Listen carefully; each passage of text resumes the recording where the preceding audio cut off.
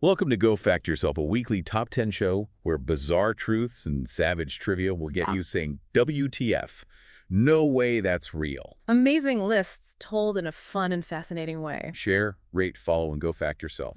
So you sent over some really interesting material. Yeah, it was quite the collection. We did a top research dive into it. What we found is this list of 10 historical deaths that honestly, they sound completely fake. Right, like something out of a really dark comedy. But incredibly, they're all documented. 100% true. Exactly. So our mission on this top 10 journey is to unpack these really strange exits from the world. We want to get into the key details, the moments that make you go, wait, what? It's kind of a look at how weird history can actually be. Think fatal laughing fits, emperors poisoning themselves trying to live forever. Inventors killed by their own gadgets. It's wild stuff. So we'll count down from 10. Each story gets weirder, I think. Basically, this is your cheat sheet to being the most morbidly interesting person at the next party. Courtesy of history's bizarre side. All right, let's kick off our top 10 journey. Starting with number 10. The man who laughed himself to death watching a sitcom. Okay, this one is, well, it's almost too perfect, isn't it? 1975, Alex Mitchell. He's a bricklayer, 50 years old, from England. Just a regular guy watching TV. Exactly.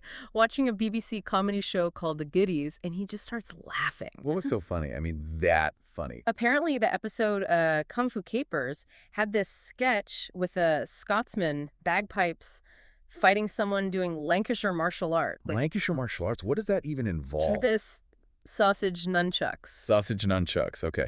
I can see how that might get a chuckle. Well, it got more than a chuckle from Alex Mitchell. He laughed nonstop for 25 minutes straight. 25 minutes? That's intense. Yeah, apparently he was wheezing, gasping, and then his heart just gave out. Heart failure. Wow. Just from laughing. That seems impossible. Well, there's a bit more to it, but the immediate trigger was the uncontrollable laughter. It's sort of darkly funny, but also really tragic. It is. And here's a strange detail. His wife actually wrote to the show, The Goodies. To complain? No, to thank them. She said they made his last moments on Earth happy ones. Whoa. That puts a different spin on it. Unexpected. Really does. But was it just the sausage nunchucks? Probably not entirely. Okay, so what else was going on? Doctors later figured he likely had something called long QT syndrome. It's a rare heart rhythm disorder. Ah, so pre-existing condition. Seems so. His daughter apparently tested positive for it later, too. So the intense physical stress of that prolonged laughter likely triggered the underlying condition. That makes more medical sense, I suppose. Still unbelievable, though. Oh, absolutely. It made news everywhere. Got into medical journals. The BBC even joked it was the only time a program killed with laughter. Okay, moving on. Number 9. The emperor who drank liquid gold to live forever. Right. So we're going back to ancient China now. Qin Shi Huang. First emperor, unified China, Great Wall, terracotta army, huge historical figure. Yeah, I know the name. What's his bizarre death story? He was obsessed, utterly obsessed with living forever, immortality. A classic villain trope, almost. What did he try? He hired tons of alchemists, court physicians. Their job was basically find the elixir of life. And they came up with liquid gold, like the title says. Well, close. They came up with pills containing mercury. Mercury, as in the toxic stuff. Seriously. Yep. They actually believed mercury held properties that could grant eternal life. It was part of the alchemy beliefs at the time. So the emperor just popped mercury pills, hoping to live forever. Believing it was the key, yes. He took them regularly. This can't end well. It did not end well. A few weeks later, he was on a royal tour and he died. From the mercury. Almost certainly. The records mention symptoms like vomiting, convulsions, classic mercury poisoning. And the irony. Seeking immortality finds poison instead. Gets even weirder. His ministers wanted to keep his death a secret until they got back to the capital. How do you hide a dead emperor? They put his body in a wagon, filled with rotting fish, to mask the smell of decomposition. Oh, that's grim. So the guy chasing eternal life ends up smelling like bad seafood. The ultimate irony, right? Power, ambition, undone by bad science. Okay, number 8.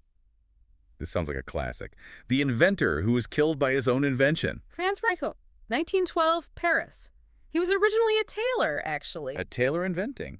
A wearable parachute suit. You know, for aviators, early days of flight were obviously incredibly risky. Makes sense, like a safety device. So what was wrong with his design? It was basically a big coat that was supposed to deploy like a parachute. He tested it, sort of. Sort of? Dropped dummies from like 5 stories up. The results were inconsistent, let's say that. Sometimes okay, sometimes splat. Right. Not exactly confidence-inspiring. You'd think. But Reichelt was convinced. He even persuaded the Paris police to let him test it from the Eiffel Tower. The Eiffel Tower. That's ambitious. He told them he'd use a dummy. Uh-oh. I sense where this is going. Yep. February 4th, 1912. Crowd gathered, news cameras rolling. Reichelt climbs onto the first platform about 187 feet up. With the dummy? Nope. Wearing the suit himself. Shouts, "Vive la France!"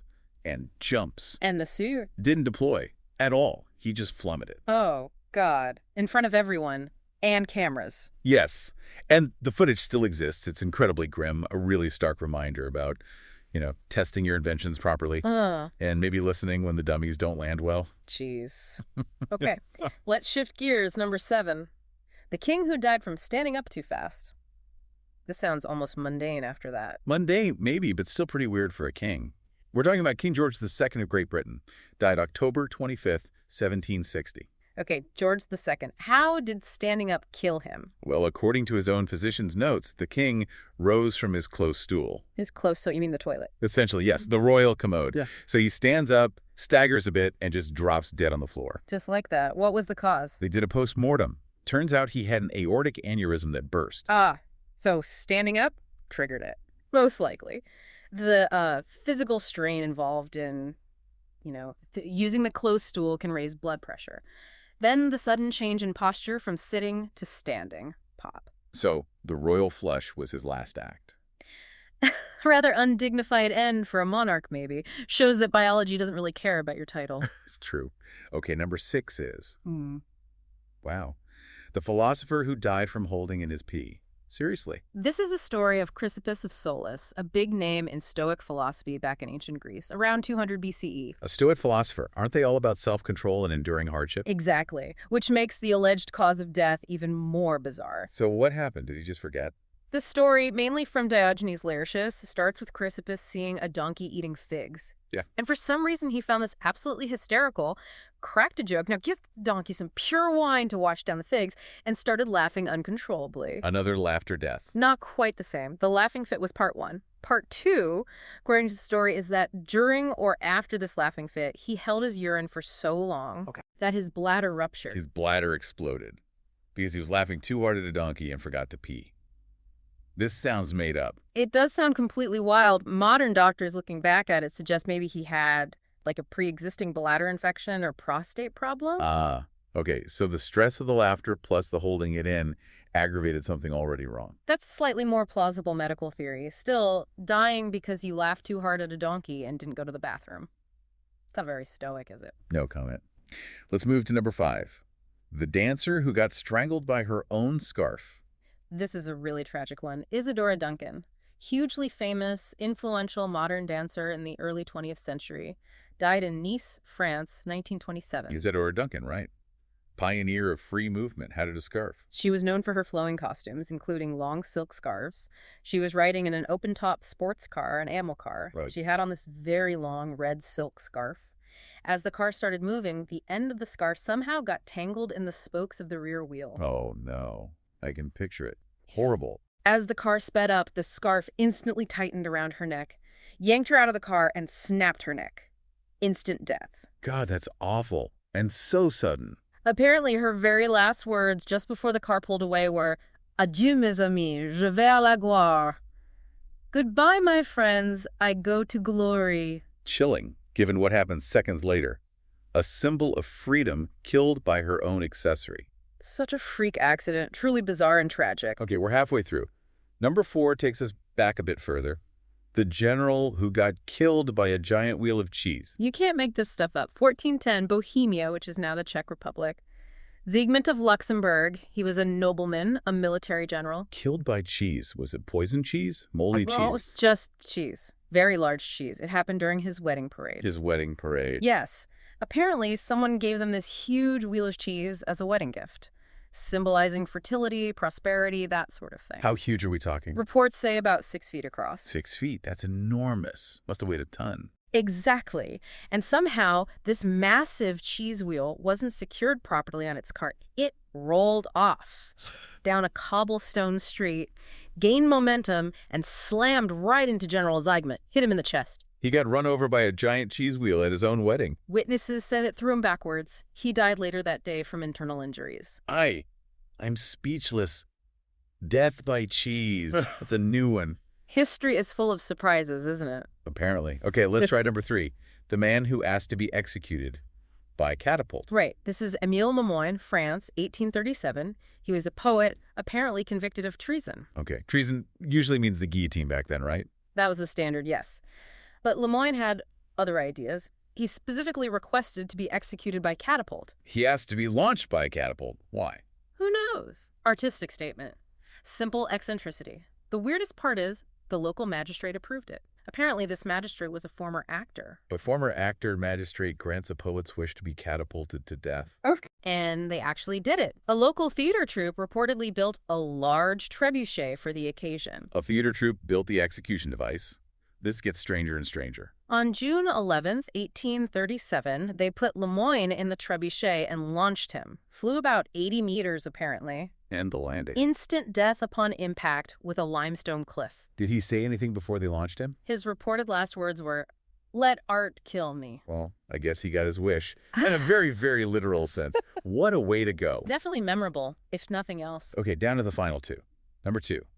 The self-mummified monk who rang a bell from inside his own tomb. This one comes from 17th century Japan. The practice is called Sakushin Butsu. It's a form of self-mummification practiced by some Buddhist monks. Extremely rare, extremely arduous. Self-mummification? How does that even work? It took years. A special diet of nuts and seeds to strip body fat, then bark and roots, then drinking a toxic tea made from lacquer tree sap. Toxic tea. What? To induce vomiting, get rid of fluids, and make the body poisonous to maggots after death. It was all about preservation. Okay, this is intense dedication. What was the final step? The monk in this case, one named Tetsumonkai, would be sealed inside a tiny stone tomb, just big enough to sit lotus style. Sealed in. Alive. Alive. With just a small air tube and a bell. A bell. He would ring the bell once each day to signal he was still alive. They'd listen for it outside. For how long? For 30 days, Tetsumonkai rang the bell. On the 31st day, the bell was silent. So he died in there, having achieved his goal. Yes. They removed the air tube and sealed the tomb completely. It was opened 300 years later. Yeah. His body was found perfectly preserved and still in the lotus position. A successful, if deeply unsettling, act of faith and endurance. Wow.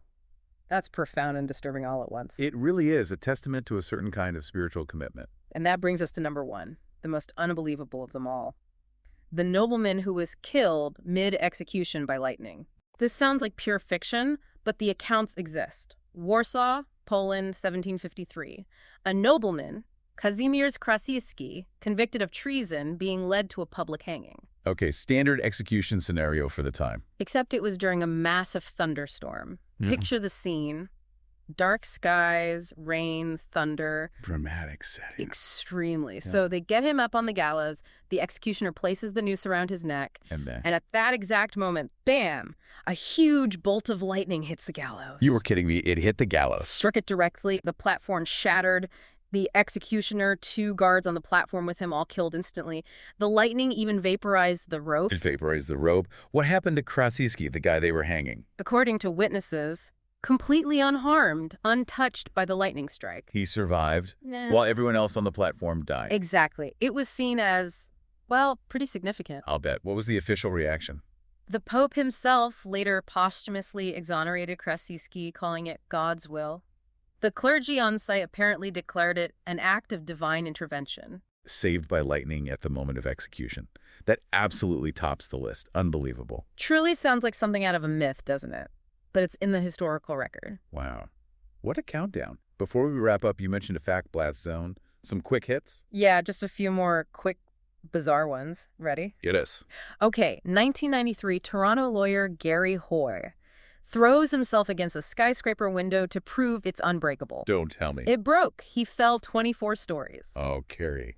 Bad physics demonstration. Next. Hans Steininger, 16th century Austria, had a 4.5-foot beard, tripped over it, running from a fire, broke his neck. Death by beard trip. Got it. King Adolf Frederick of Sweden, 1771, ate a massive meal: lobster, caviar, sauerkraut, kippers, champagne, 14 desserts. 14. And basically died of indigestion, described as a digestive explosion. Exploded from dessert. Right. Ancient Greek playwright Aeschylus supposedly killed when an eagle dropped a tortoise on his bald head, thinking it was a rock to break the shell. Okay, that's just bad luck from above. Pope Formosus died 896. Dug up a year later, dressed in robes, put on trial by the next pope, the Cadaver Synod. Trying a corpse. Lovely. Keep going. Alan Fish, 1970. Killed by a broken baseball bat flying into the stands at a Dodgers game. Tragic ballpark accident. One more. Jean-Baptiste Lully, Louis XIV's composer, stabbed his foot with his big conducting staff during a performance, got gangrene, refused amputation, died. Guide for his art. Or his foot, rather. Yeah. Stubborn. Well, there you have it. Our top 10 journey plus bonuses into deaths that sound totally fake but are shockingly real. From laughing fits to cheese wheels, lightning strikes, history's just weirder than we think. It really is. We hope this look into the stranger side of mortality gave you some WTF moments, maybe. And maybe wasn't too morbid. It just shows reality can outdo fiction any day of the week. Definitely. So here's something to chew on. Think about your own life. What completely ordinary thing, what mundane object or daily routine could possibly, under the weirdest circumstances, lead to your unbelievable end? Huh. A slightly dark thought experiment inspired by history's oddities. Exactly. Thank you for joining us on this top 10 journey. Please do share this with anyone who loves bizarre history. Remember to share, rate, follow, and always go fact yourself.